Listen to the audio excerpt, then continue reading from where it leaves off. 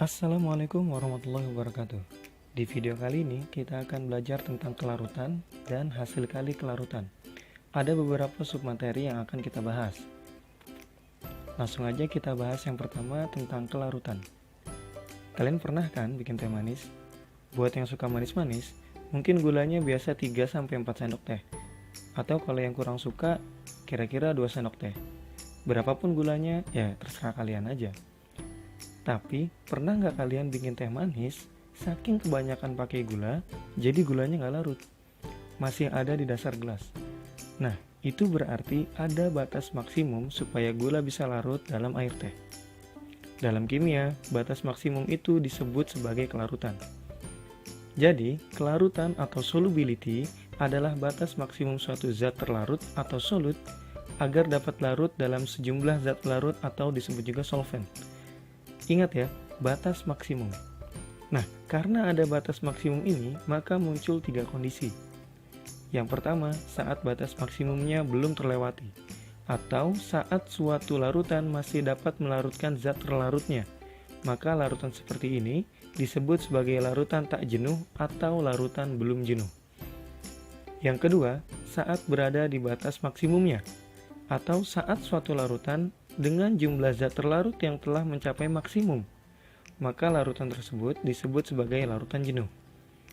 Dan yang terakhir, saat lewat dari batas maksimum, atau saat suatu larutan dengan jumlah zat yang telah melebihi batas maksimumnya, maka larutan tersebut disebut sebagai larutan lewat jenuh.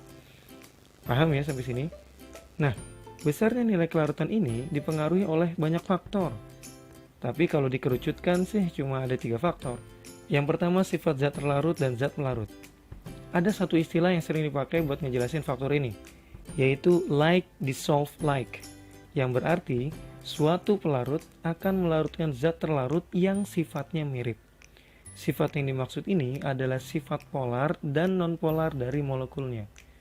Jadi kalau zat terlarutnya polar, maka akan larut dalam pelarut polar. Gitu juga sebaliknya. Kalau zat pelarutnya nonpolar, ya akan larut pada pelarut nonpolar.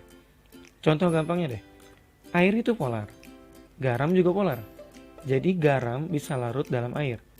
Beda kalau minyak sama air, airnya polar, tapi minyaknya nonpolar, ya nggak bisa larut. Hasilnya ya tetap misah antara air dan minyak. Minyaknya di atas, airnya di bawah, gitu. Nah, yang kedua itu faktor suhu. Kalau suhunya beda, kelarutannya juga beda.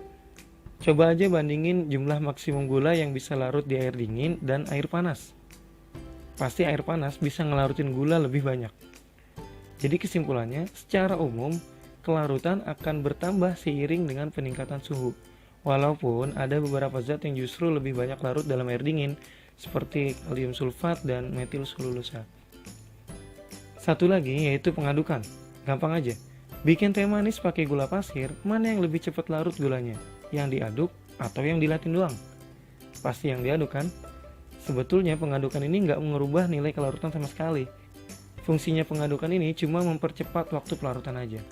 Oke, itu dia penjelasan awal tentang kelarutan. Di video selanjutnya kita akan bahas tentang keseimbangan larutan dan hasil kali kelarutan. Thanks and see you next time.